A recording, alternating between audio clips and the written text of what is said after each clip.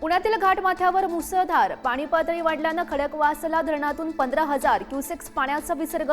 पुणे शहरातील भिडे पूल पाण्याखाली। मुठा नदी पात्रालगतचे रस्ते वाहतुकीसाठी बंद। नाशिकच्या गोदाघाट परिसरातील पाणी ओसरलं। मध्यरात्रीपासून पावसाची विश्रांती। गंगापूर धरणातून पाण्याचा विसर्ग सुरू। नाशिक आणि उत्तर महाराष्ट्राला येलो अलर्ट जारी। इंदापूरच्या उजनी धरणातील पाणीसाठा 62%। घाटमाथ्यावर झालेल्या पावसानं धरणात पाणी। कोकणामध्ये सलग 2 दिवसांच्या मुसळधारेनंतर आज पावसाची विश्रांती। रत्नागिरी सिंधुदुर्गमध्ये ढगाळ वातावरण। शेतीच्या कामांना वेग। तर रायगडच्या नागोठणी पाली महाड रोह्यामध्ये पूर ओसरला। जनजीवन पूर्वपदावर। मुसळधार पावसानं भंडारदऱ्यातील कळसुबाई हरिश्चंद्रगड अभयारण्यातील धबधबे प्रवाहित। धरणाच्या कुशीतील कोळटेंभे धबधब्यावर पर्यटकांची गर्दी। हिंदी सक्तीला राज ठाकरे यांच्या पाठोपाठ उद्धव ठाकरे आणि शरद पवार यांचाही विरोध। हिंदी सक्ती होऊ देणार नाही। उद्धव कडाडले तर हिंदी भाषा शिकणं योग्य, पण सक्ती नसावी, पवार यांचं मत।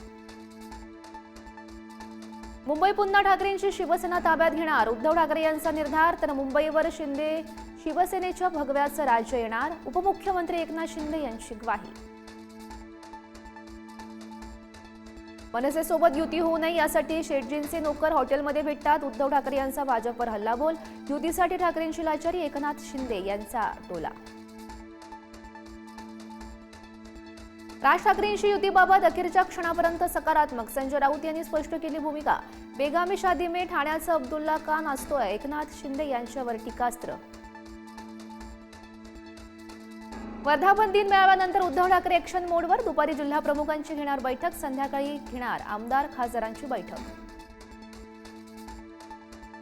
बोल बच्चन भैरवींना उत्तर देत नाही। उद्धव ठाकरे यांच्या भाषणावर मुख्यमंत्र्यांची प्रतिक्रिया। तर पराभवाच्या भीतीनं ओकलेली हतबलता बावनकुळेंची टीका।